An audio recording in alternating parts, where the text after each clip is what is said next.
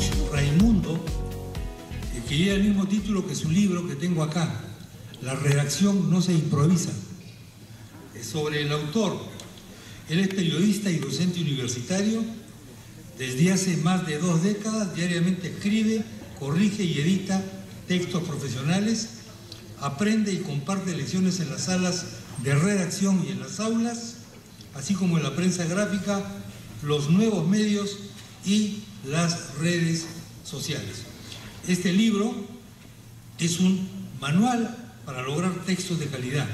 En la intervención que yo tuve hace ya algunas horas, mencionaba que uno de los enemigos del periodismo es la pobreza del lenguaje y la falta de habilidad para exponer ideas de manera clara, en forma concisa, pero sin ahorrar palabras necesarias. El léxico es uno de los problemas que me parece tenemos actualmente en nuestro medio. Los jóvenes utilizan cada vez menos palabras y pocos sinónimos, y en general metáforas, ironías, etcétera, han desaparecido del mapa lingüístico de nuestro cerebro. Con ustedes el profesor Jesús Raimundo. Quiero empezar el tema con una propuesta, ¿cierto? Con una pregunta de qué vendría a ser el estilo, qué es exactamente el estilo. Y luego hablamos del estilo periodístico y luego hablamos también de algunas pautas. Al final de mi presentación vamos a poder también atender algunas consultas, inquietudes, comentarios por parte de ustedes, que siempre es muy rico trabajar el tema. Ahí les comparto algunas firmas de personajes que son famosos, de diferentes especialidades. Tenemos la firma de Maradona, Picasso, Mozart, Walt Disney. Como podemos ver, cada uno ha trasladado en su firma su personalidad, ha podido compartir además alguna particularidad de su perfil profesional y le ha puesto un sello personal. Cada uno de nosotros también tenemos una forma, un estilo, una manera de firmar los documentos. Hay quienes nos atrevimos a crear una firma a los 18 años, ¿no? Cuando sacamos nuestro DNI, y ahí he leído la vez pasada en algunas redes sociales donde personas que han tenido posibilidad luego de arrepentirse de esa firma infantil, entre comillas, de renovar y cambiar su firma. Y bueno, la personalidad un poco como que se ha ido construyendo por ahí. La pregunta es cuál de esas firmas son correctas o incorrectas, o cuáles de esas firmas son aceptadas o no aceptadas. En realidad todas son bienvenidas y cada uno de ellos traslada su personalidad. ¿Qué pasa con el estilo periodístico? ¿Qué ocurre con el estilo periodístico? Ahí he jugado un poco a diseñador de modas, ¿no? He unido dos figuras, en realidad 2 fotografías, y les muestro una propuesta, ¿no? Mientras en la parte superior está, digamos, el estilo formal, en la parte inferior es un tanto más informal. Para algunos quizás esa forma de vestirse del modelo no es la adecuada, pero para otros quizás es innovador, es muy contemporáneo, tiene un sello particular. Dependerá de la actitud, dependerá del contexto de cada uno de nosotros para poder entender si es o no el estilo que se adecua a esta persona que posa ante nuestros ojos. Pero, ¿cuál es el estilo del periodista? ¿Cuál es el estilo con el que nosotros nos comunicamos? ¿Ha cambiado en los últimos años? ¿Podemos hablar de un buen estilo, de un mal estilo? ¿Podemos hablar finalmente de un estilo y hacia dónde va la propuesta? El libro de estilo del país nos propone, nos lanza una idea, ¿no es cierto?, de lo que viene a ser el estilo, y esta es la cita. Los periodistas han de escribir con el estilo de los periodistas, es decir, distingue, diferencia, que tenemos un estilo muy personal y particular, no con el de los políticos, los economistas o los abogados. Los periodistas tienen la obligación de comunicar y hacer accesible al público en general la información técnica o especializada. Sí, pues los abogados escriben con un estilo que ellos lo manejan muy bien, los economistas también, los políticos también, y los periodistas escribimos desde siempre con el estilo que nos diferencia, que es poner, colocar, trasladar, comunicar un mensaje de pronto complejo, difícil, de difícil acceso a un gran público para que lo pueda entender de manera clara, sencilla, precisa, concisa y correcta. En ese contexto podemos hablar entonces de un buen estilo, es decir, que hay un buen estilo periodístico y también podríamos hablar de un mal estilo periodístico. Vamos a explorar entonces a qué o con qué características podríamos definir el buen estilo periodístico. Y les presento una de las características, uno de los requisitos que nosotros debemos practicar en el ejercicio profesional, en la redacción periodística. No solo debe entenderse bien, sino que también no debe comprenderse de otra manera. Ahí les presento un titular, ¿no? En este titular, voy a trabajar básicamente con titulares que son la lectura de primer nivel. En este titular, ¿no es cierto?, lo que no se sabe es si la reina Isabel le pide respeto a los tabloides o pide más bien que respetemos a los tabloides británicos. En este otro titular, por ejemplo, en el caso de las dos mujeres mueren al chocar el coche en el que viajaban con otro, no sabemos si el viaje era con otro o el choque del coche era con otro. Entonces, dependiendo de cómo esté la distribución de la información, empezamos a crear cierta ambigüedad en el texto. Entonces, nosotros disponemos los elementos, la información, bajo un esquema que ya hemos ido manejando desde hace muchos años y que en realidad está en la gramática, que es el de la sintaxis sencilla, el sujeto, verbo y complemento. Eso hace que podamos vender buenos titulares, titulares potentes, pero al mismo tiempo también titulares claros. Cuando nosotros construimos un texto, una nota, una entrevista, una columna, un artículo, lo que hacemos es lo que más o menos realiza un arquitecto cuando edifica una construcción. Esos días en que hablábamos de la autoconstrucción y de la gran cantidad de viviendas que han sido autoconstruidas en la ciudad de Lima y comparamos con lo que ha ocurrido con México, entonces hemos de pronto tenido la sensación de que muchas viviendas pueden destruirse y con ellas muchas vidas podrían apagarse y podríamos estar viviendo o contando una historia trágica después de un terremoto, quizás como la de México. Puede pasar lo mismo con los textos que nosotros construimos, elaboramos, redactamos en las empresas donde ejercemos nuestro ejercicio. Sí.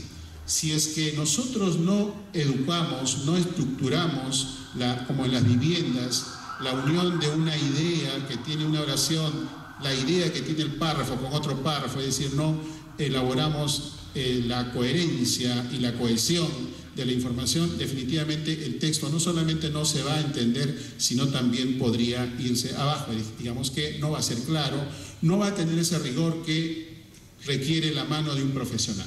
Entonces, apostamos por la coherencia, pero también apostamos por la progresión. Apostamos además porque la estructura de los textos debe estar realmente, debe tener un solo sentido.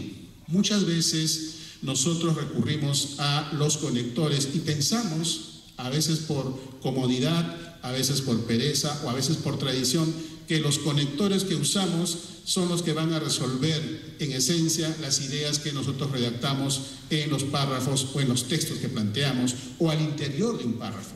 No siempre los conectores van a resolver las necesidades de poder hilvanar las ideas. A veces sí, y en otros casos de pronto no los vamos a necesitar. Y la clave para todo ello es tener la idea clara. Digamos, a veces los escritores han comentado de que tienen este pánico a la pantalla en blanco o a la página en blanco y le están dando muchas vueltas frente a cómo empiezo mi texto, y los maestros ya han respondido de cómo puedo resolver esta situación sin esperar a la musa de la inspiración. Y hay un gran trabajo sobre todo de planificación. Entonces me corresponde estructurar los 4, 5, 6, 8, 10 párrafos que yo voy a plantear a través de ideas principales que podemos desarrollar con un par de palabras en cada uno de los párrafos, y entonces voy a saber hacia dónde va mi texto, cuál es el contenido de cada texto, y por lo tanto no tendré el problema de que la estructura empiece a tambalearse o a resquebrajarse. Pero sobre todo, si no tengo la idea clara, definitivamente mi texto no va a tener claridad. Cuando converso a veces con algunas personas que van a ver una película y les cuento qué tal les fue la película, qué me pueden contar de la película, obviamente les pido que no me cuenten el final. Las personas que han disfrutado de esa película fácilmente pueden contar la historia y no tienen necesidad de ir a internet o de googlear o de buscar la sinopsis o el argumento de esa película para que me cuenten la historia. Nosotros, cuando recogemos la información, si no llegamos a ese nivel, difícilmente podríamos elaborar textos con rigurosidad, porque no entendemos el mensaje que vamos a trasladar. Pero el buen estilo también nos compromete a ser sorpresivos. Muchas veces nosotros recurrimos a las famosas frases hechas y no nos preguntamos por qué surgen, cuándo surgieron estas frases hechas, por qué se usan en el periodismo y por qué los repetimos con cierta frecuencia en la redacción que nosotros elaboramos. Y estas frases hechas en realidad son construcciones comunes, habituales. Otra vez, si realizo la analogía entre la vivienda y la redacción, son más o menos como planos que uno las copia en escala y lo repite en diferentes zonas y finalmente yo cobro por esa estructura que alguien diseñó, de pronto no con tanta rigurosidad profesional, y lo voy repitiendo, y a veces solamente pienso en el inicio y no pienso en el final. Me esfuerzo mucho en estructurar la entrada y me olvido de pronto en el final, en el remate. Estoy dándole tantas vueltas al inicio y cuando llego al último párrafo, de pronto ya no tengo la energía, la paciencia, el tiempo para dar un remate como corresponde. Y si tengo que comparar con una película, son como aquellas películas que tienen un final previsible y que finalmente tú dices, ya sé más o menos cómo iba a terminar. En realidad la película no me gustó por el final. Y entonces pensemos también en el inicio, pero pensemos también en el final. ¿Y qué hacemos con el vocabulario? El vocabulario también aporta al buen estilo, a nuestro buen estilo en la redacción. Son más de 93.000 palabras los que tenemos fijados en nuestro diccionario de la lengua española. Y estas más de 93.000 palabras están ahí. Algunas las conocemos, muchas las desconocemos, otras las usamos, van renovando las excepciones. Algunas están en otro nivel como en el vulgarismo, otras están más bien en el coloquialismo, otras finalmente han desaparecido. Y cuando leemos en internet, en los tiempos de posverdad, encontramos tantas mentiras que creemos que noticias falsas como la RAE ha aceptado esta palabra, la RAE ahora considera que esta palabra es correcta. Pensamos de manera equivocada que todo lo que aparece en internet, en realidad todo está aprobado. Lo que la RAE hace, lo que el diccionario de la lengua hace, en realidad es un registro de todas las palabras que tienen vigencia, de las palabras que ya no se usan, de las palabras que están en diferentes niveles, pero eso no significa que todas las que aparecen ahí con sus excepciones son las que tenemos que usar para nuestro buen estilo periodístico o en el ejercicio profesional que nosotros realizamos. La lectura, ya lo sabemos, es finalmente quien nos va a ayudar a enriquecer y ampliar el número de palabras en nuestro gran repertorio de léxico, a enriquecer nuestro léxico. ¿Cuántas palabras realmente dominamos nosotros para redactar, en el momento de redactar? 100, 200, 300, 400. ¿Con cuántas palabras elaboramos, redactamos nuestras notas, nuestras columnas, nuestros reportajes, nuestras crónicas? Algunos manuales de estilo plantean lo siguiente: si realmente nosotros llegamos a dominar 1000 palabras, como dicen los chicos, estamos en algodón. Pero ¿qué hacemos entonces con las 92.000 palabras que no las usamos, no las aplicamos y de pronto tampoco las conocemos? ¿Y qué hacemos si de pronto empezamos a usar 2.000, 3.000 o 4.000 palabras y de pronto la gran mayoría de este gran público al que nos dirigimos no las conoce? Las retiramos, no las usamos, las planteamos, ayudamos para que los lectores también empiecen a enriquecer su vocabulario. Es una tarea que nosotros debemos tomar de manera personal, pero también como gremio y como parte de un medio de comunicación. Los textos también tienen ritmo, tienen música, los textos. Y algo que hemos olvidado con el tiempo es leer poemas. La poesía de métrica tradicional o la poesía de métrica de estructura muy libre lo hemos dejado en el camino. En las últimas décadas, en el siglo XX, por ejemplo, hemos visto, gozado, disfrutado de periodistas que han incursionado y otros que todavía siguen trabajando en la poesía. Y entendemos entonces que la poesía y el periodismo, la literatura y el periodismo no son dos personajes distantes, sino más bien como que se conocen, coquetean, se entrecruzan y manejan. ¿Por qué entonces nos cuesta leer poemas o leer poesía? ¿Dónde estaría el gran aporte de la poesía? Es que ahora en tiempo de redes sociales, en tiempo de Twitter, a nosotros se nos hace complicado enviar un tweet, es decir, una nota, una pepa, una noticia, una novedad en 140 caracteres cuando los poetas ya lo han resuelto en un verso que tiene menos de 140 caracteres, o en los periodistas que también elaboran, redactan titulares y que solo usan 8 palabras. ¿Por qué nos cuesta entonces ahora redactar tweets?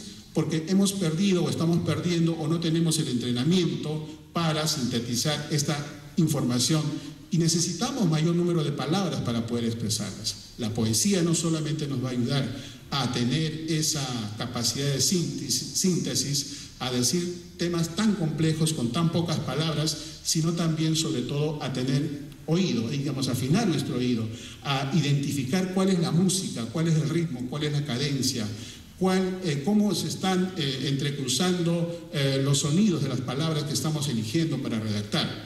Leer poesía entonces no solo me ayuda a tener melodía, sino también a saber elegir adecuadamente las palabras que yo voy a trabajar. Y en ese sentido puedo trabajar frases o construcciones más extensas y otras que son más breves. En esos cambios, en esos movimientos que realizo, en esas cadencias o en esa estructura, voy a lograr textos que no van a ser monótonos, voy a lograr textos que de pronto van a romper la rutina, voy a lograr música que es diferente a lo que habitualmente consumimos en los medios de comunicación. La música está estrechamente relacionada con la redacción, digamos, la melodía, el ritmo, la cadencia, y lo que nosotros tenemos que hacer es afinar el oído para saber qué exactamente estamos comunicando.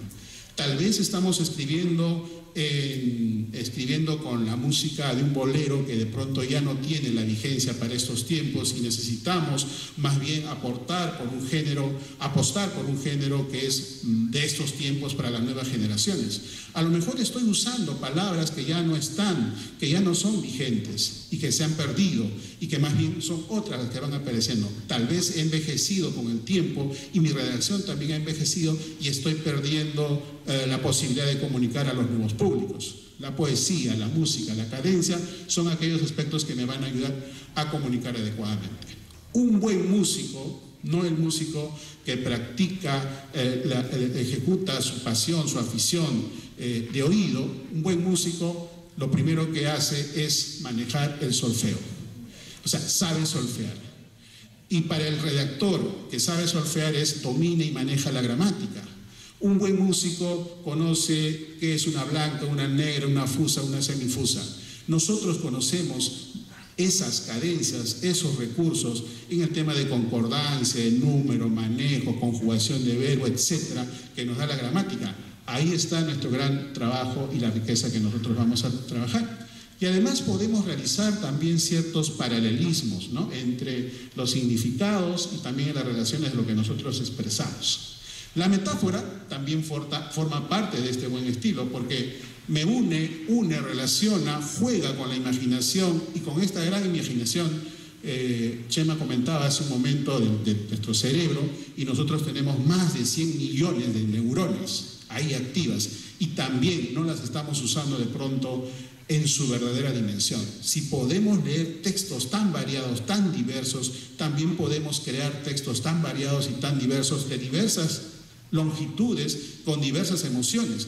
De pronto los cambios de los nuevos medios y las redes sociales me están enviando a solamente valorar los textos cortos, los textos que se digeran rápido y teniendo una gran capacidad del ser humano, de pronto está restringiéndose a algo tan básico y elemental. Y por lo tanto ya nos cuesta en esos tiempos leer obras de 400, 500, 600 páginas y apenas estamos leyendo textos que tienen menos de 100 páginas y textos muy ligeros y empezamos a trabajar con las metáforas, a relacionar la realidad con la ficción o la imaginación. Estamos perdiendo también la posibilidad de poder construir textos más emocionantes, más conmovedores, más cercanos, más motivadores, y nos estamos quedando con esquemas muy tradicionales bajo la misma rutina, y estamos de pronto valorando la cantidad en lugar de la calidad de la producción. Claro, en los nuevos medios me piden, me exigen que publique tantas notas pueda y consiga tantos likes y que se viralice y que se comparta, no importa qué digan, no importa qué señalen, no importa qué opinen, no importa si lo entienden o no lo entienden, no importa si solamente leen el titular, pero que se comparte, y por lo tanto cantidad es sinónimo de éxito, y de pronto dejamos la calidad a un lado. Pero si nosotros seguimos bajo esa rutina, bajo esa dinámica, en algún momento el tema se va a encontrar en una gran crisis. Y hay quienes están hablando ya de la crisis en el periodismo, o la crisis en la redacción, o la crisis en la comunicación, y de pronto entraremos en una etapa del cual nos va a resultar difícil salir. Hablemos entonces del mal estilo. Del mal estilo. Hemos hablado hace un momento de lo que vendría a ser el buen estilo, y entonces hablemos de lo que viene a ser el mal estilo, ¿cierto? Los verbos. Cuando nosotros redactamos, usamos verbos. Como el ceramista, por ejemplo, de quinoa, que utiliza la arcilla, ¿no?, para trabajar sus maravillosas obras de arte. Cuando nosotros vemos la imagen final de esta obra, no sabemos qué ha pasado, cuánto se ha esforzado, cuánto es el trabajo que ha habido detrás de esa obra de arte. Y cuando nos ofrecen una pieza, una obra de cerámica, digamos, a veces incluso le decimos: ¿por qué me vas a cobrar tanto si es apenas una pieza de cerámica? Pero detrás de esa pieza hay todo un trabajo de creatividad, de innovación, de proceso, de una larga jornada. Lo mismo pasa cuando nosotros redactamos. ¿Y qué ha hecho que esta materia, que lo encuentra en las canteras y lo encuentra de manera tan dura, y que luego tiene que golpear estas canteras, cernirlo y hacer que el polvillo cada vez sea más fino? En la etapa final se consigue agregándole el agua. Mientras más cantidad o menos cantidad agrega el agua, se crea una masa tan maravillosa con el que en las manos del alfarero, del ceramista más propiamente, por ejemplo el de quinoa, la obra será única y será una obra de arte. En nuestro caso, para los periodistas, la cantidad de agua que nosotros usemos en la redacción es la calidad de los verbos que seleccionemos. ¿Qué verbos vamos a usar?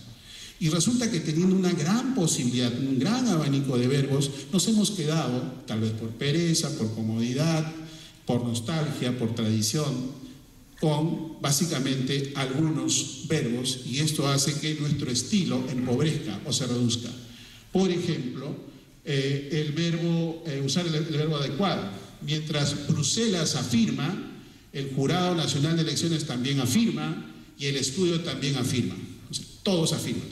Y el verbo afirmar, el acto, ¿no es cierto?, la acción está ahí, y lo usamos para todo tipo de textos, para todo tipo de titular. Y nos quedamos y estamos convencidos que el único verbo que podemos usar en estos contextos y en otros contextos similares o parecidos es el verbo afirmar.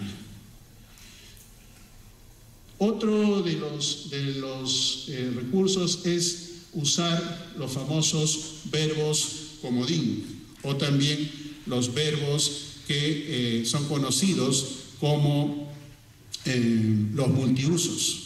Son aquellos verbos que nosotros le hemos dado diversas acepciones. Uno de ellos es realizar, el otro es efectuar, y también está el verbo hacer, el verbo decir y otros más.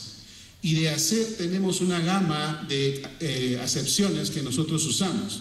Para nosotros en realidad todo es hacer. En estos momentos yo estoy haciendo algo, ¿no? Y ustedes me podrían preguntar: ¿qué hace usted, profesor? Y yo les podría responder: estoy haciendo una conferencia, y el mensaje se va a entender, o estoy haciendo una clase, o estoy haciendo algo.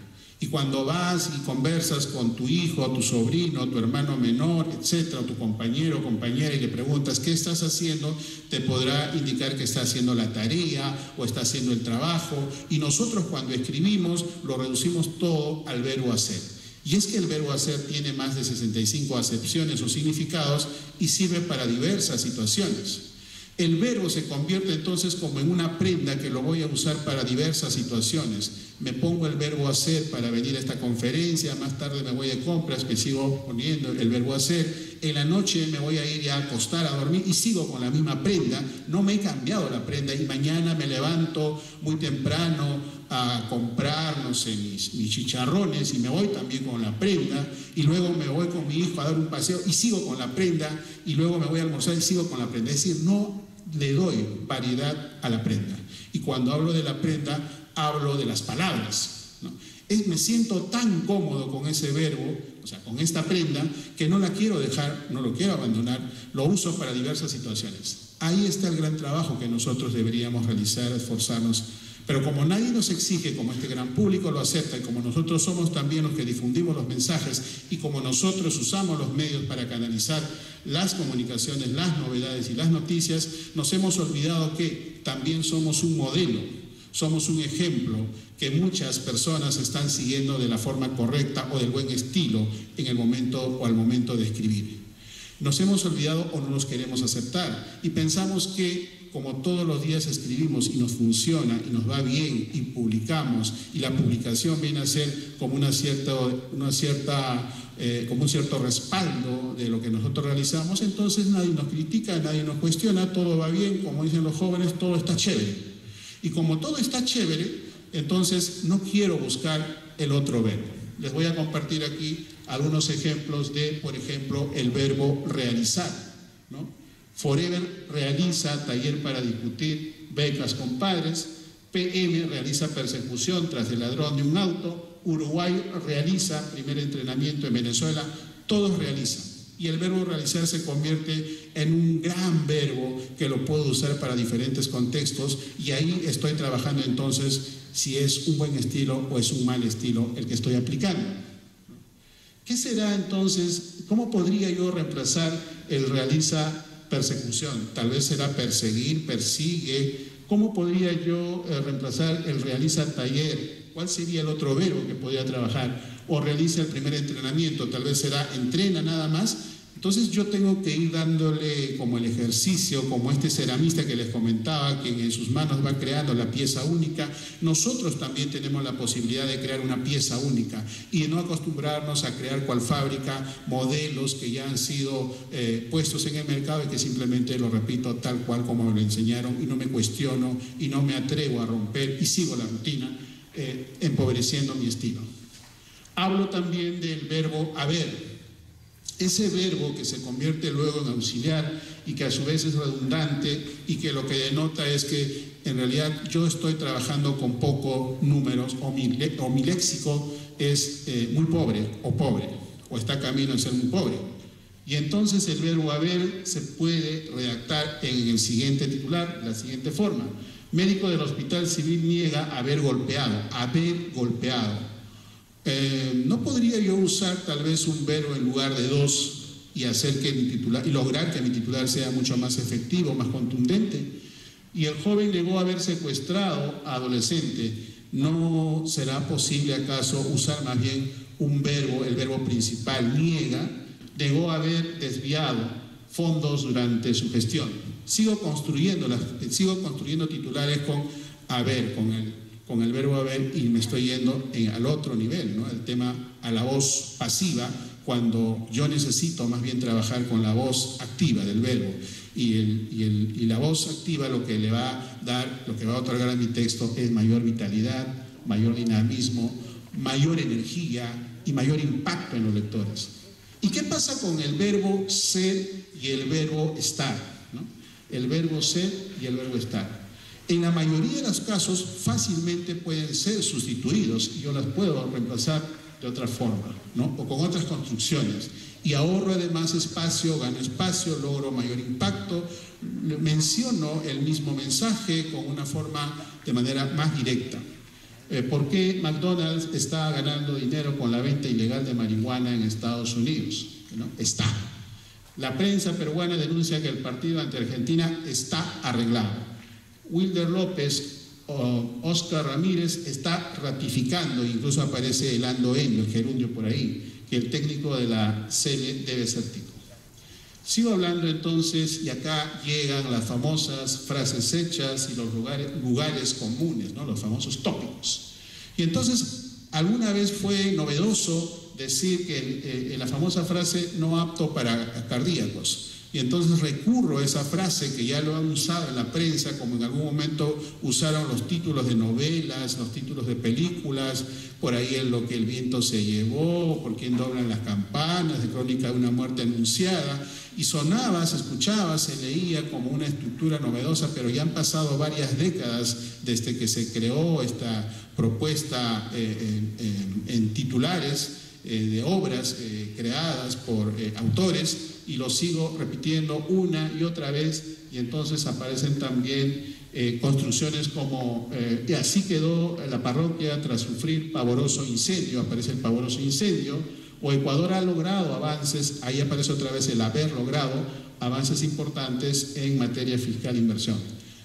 ¿Existen avances que no sean importantes? Sería la pregunta, para ver si puedo seguir usando aquella construcción de los lugares comunes o las frases hechas. Aplico además en la redacción las famosas redundancias, ya sea de fondo o de forma, ¿no es cierto?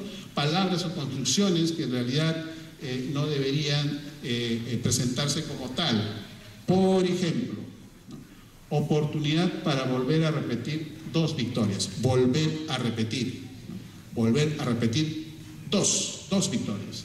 Cita previa con la integración laboral de la discapacidad. Una cita previa. ¿Habrá alguna cita que no sea previa?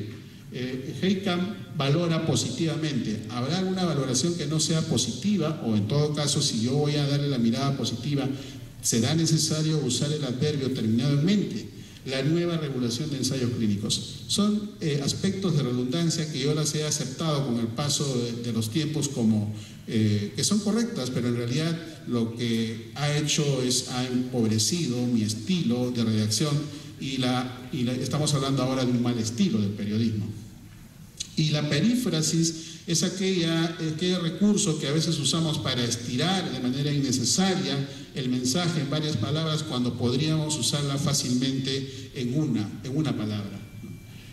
Multiplaza hizo entrega, ahí aparece otra vez el verbo hacer, hizo entrega. ¿Y por qué no entrega nada más de los premios de Navidad?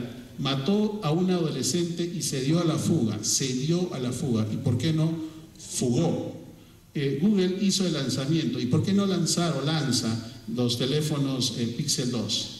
Entonces, en mi redacción, porque alguien lo ha usado y porque lo manejamos en los textos informativos, recurro a estos estiramientos que me reducen, mejor dicho, amplían las palabras, reducen el impacto y hacen que mi estilo no llegue a tener el brillo. Pero también hay construcciones que son propias de la redacción o del lenguaje administrativo. En la redacción administrativa hay construcciones que se han repetido una y otra vez, y ustedes saben que la redacción administrativa siempre ha ido de la mano con algunas construcciones que no se han atrevido a cambiarlas. Por ejemplo, cuando revisamos las cartas siguen siendo las mismas de hace varias décadas. En los últimos años se ha flexibilizado algo, pero no tanto. La solicitud de los oficios y toda esta documentación, sobre todo en las instituciones del Estado, siguen siendo tal cual que cuando, por ejemplo, en mi caso yo era un niño. Así me enseñaron y así se siguen manejando y nadie se atreve a cambiarlas. Esas formas de construir han ingresado al periodismo y el periodista, nosotros lo venimos usando con ejemplos como el mismo, la misma, a la mayor brevedad o dicho asunto. Y ahí tenemos algunos ejemplos que les comparto. Los adverbios terminados en mente también han empezado a aparecer en los textos, ¿no? Gabriel García Márquez en sus novelas, y hablamos de un premio Nobel, y en una entrevista él señalaba lo siguiente, que usar los adverbios terminados en mente era un recurso que significaba una pobreza respecto a la forma como se construían los mensajes. Y él mismo decía, y él señalaba que en mis novelas no van a encontrar una un solo adverbio terminado en mente, y él se encargaba de retirarlos todos de sus novelas, porque no aportaban al buen estilo. En cambio, el periodista los acoge, les abre los brazos, los recibe, los tiene en todas sus formas de expresión. Ahí tendríamos que revisar. Y cuando redactamos hablamos de palabras frías y palabras calientes. Los adverbios terminados en mente en realidad son palabras frías, es decir, no abren el apetito, no brillan, estiran de manera innecesaria las palabras, es decir, le agregan el número de sílabas y le bajan esa posibilidad de tener la vitalidad al momento de redactar o de informar. ¿Qué está haciendo entonces el periodismo? ¿Hacia dónde debemos trabajar? Tenemos que lograr textos que realmente se defiendan solos, los textos que digan mucho de los hechos que se comentan, pero los textos también que hablen mucho de la forma de cómo estamos redactando de manera personal, y los textos que nos distingan de los otros tipos de textos que al inicio señalamos. Es decir, el estilo periodístico debe ser cada vez más robusto. Por lo tanto, apostar por el buen estilo debe ser el compromiso que cada uno de nosotros asumamos en las redacciones. Al mismo tiempo, debemos tener una gran pasión por los datos. Es curioso que hoy hablen de una corriente, una tendencia como algo novedoso, como algunos colegas están indicando, no solo en el Perú, sino en el mundo, como el famoso periodismo de datos. Pero si el periodismo siempre ha sido de datos, el periodismo siempre ha sido con datos, no se puede concebir el periodismo sin los datos. ¿De dónde viene entonces esta renovación de clichés o propuestas para hablarnos ahora de periodismo de datos como si fuera una gran novedad? Quienes venimos de la anterior generación y de las anteriores generaciones siempre hemos valorado y tenido la gran pasión por los datos. No puede existir periodismo sin los datos. Y ahora nos ponen como una gran novedad, como un gran descubrimiento. Por ejemplo, si yo quisiera calcular cuántas personas han asistido o están asistiendo a este evento, hago la medición de 1 metro cuadrado, digo más o menos cuántas personas pueden entrar sentadas en 1 metro cuadrado, multiplico por el ancho y el largo del ambiente y saco más o menos el promedio. Y eso se presenta hoy como el famoso periodismo de datos. Como también en algún momento se ha presentado como una gran escuela, como una gran unidad, y muchos extrañamos las famosas unidades de investigación cuando el periodismo es también investigación. No podríamos concebir un periodismo que no tenga investigación, contraste y métodos para poder investigar. Como en algún momento también nos contaron del famoso nuevo periodismo, como si fuera el periodismo narrativo algo nuevo que aparece en nuestro ejercicio, y cuando la crónica es un género, es un formato tan antiguo, mucho más antiguo que otros que han aparecido en estos tiempos y que eran escritos incluso cuando llegaron aquí al Perú por los militares, los españoles, ¿no es cierto? Y luego los literatos y todo lo demás. No quiero extenderme por ahí, a donde voy es la pasión por los datos es algo que nosotros tenemos que trabajar. Y en la pasión y en el amor de los datos debe estar las cifras, los detalles, las características. Lo imprescindible entonces se debe traducir, por ejemplo, al número de pobladores, a los integrantes de una asociación. No basta decir el nombre, la característica, sino también los cargos, los elementos de los participantes, de los eventos. Y la cifra en esos tiempos vende. A las famosas 6 preguntas, estas W, ahora estamos hablando de 8 preguntas, y una de ellas es el cuánto, con T, ya no solamente el cuándo. Y entonces en esa búsqueda de la información a veces nos emocionamos, nos apasionamos con el más alto, el más grande, el primero, el más rápido, el mejor, y no indicamos con qué cifra sustentamos esa construcción, esa característica o ese valor del personaje con el que hablamos. Para muestra un botón, ¿no? The Wall Street Journal dice lo siguiente: ellos quisieron renovar y quisieron trasladar los contenidos económicos al gran público. La recomendación que ellos plantearon en su sala de redacción fue esta, y con eso lograron ingresar y tener mayor número de participantes. Frases más cortas, frases precisas, y sobre todo, prácticamente, ningún prácticamente. Increíble, ¿no? Eliminar toda aquella o reducir aquella jerga que de pronto no va a entender este gran público. Ahí entonces hay mucho por trabajar y el reto para nosotros es apostar por el buen estilo. Quiero aprovechar los últimos minutos para, de manera sucinta, hablarles de algunos algunas pautas o unas recomendaciones que desde mi experiencia son vitales y me van a ayudar a mí a redactar textos correctos, textos claros, textos precisos, y lo he reunido de la siguiente manera. Primero, apostar por una sintaxis sencilla. Es como nosotros hemos aprendido a hablar, es como debemos escribir y es hacia donde tenemos que apostar. No hay nada más, atractivo leer textos que yo las pueda entender bajo esta sintaxis que me han enseñado hace mucho tiempo en el colegio, y es como aprendí en casa a aprender. Sujeto, verbo, complemento, punto. Construimos oraciones a partir de esa sintaxis sencilla.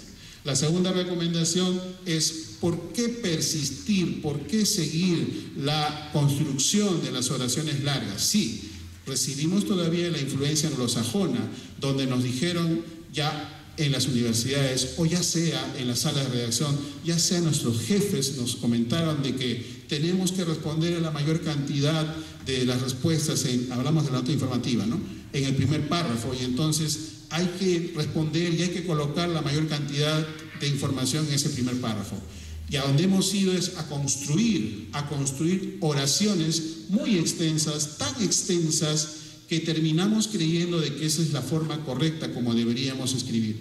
Lo que les presento ahí, si yo les pregunto qué vemos ahí, ¿es un párrafo o es una oración? De pronto algunos dirán, es un párrafo, porque realmente tiene el cuerpo de párrafo, porque realmente la extensión es un párrafo. Pero si yo les digo, es una oración, empezarán a dudar. Realmente es una oración. ¿Y cómo distingo que es una oración?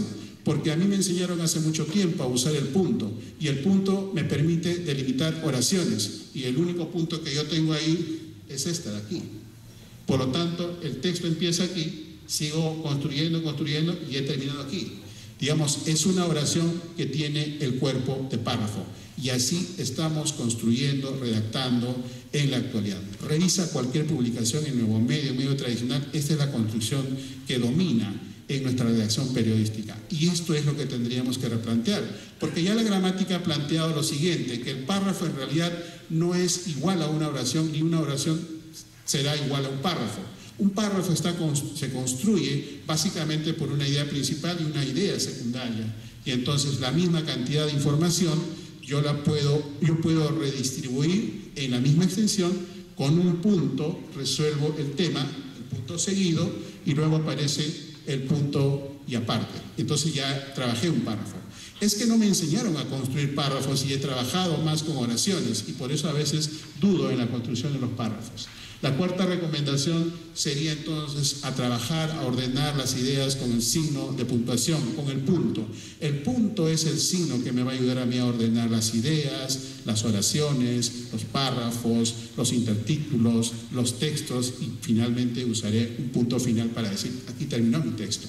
Trabajo entonces con el punto, que para mí es el signo rey, es el signo, yo a veces le digo, es el signo papá chacalón, ¿no es cierto? Con este signo todo se ordena, todo se resuelve. Y entonces, ¿a dónde uso o a dónde ubico el punto y coma?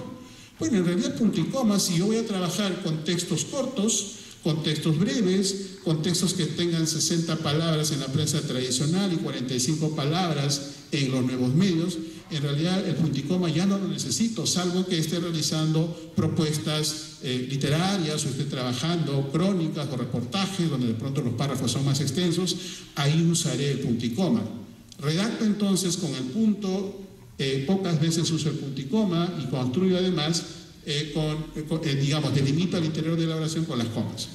Evito aquellos incisos largos que a nosotros nos encanta colocar entre el sujeto y el verbo, entre el verbo y el complemento, para introducir datos, para agregar datos. Estiro de manera innecesaria la oración, cuando esos datos adicionales que estoy incluyendo entre el sujeto y el verbo fácilmente los puedo ubicar en una segunda oración o en una tercera oración. Debo trabajar también, creo que me he pasado.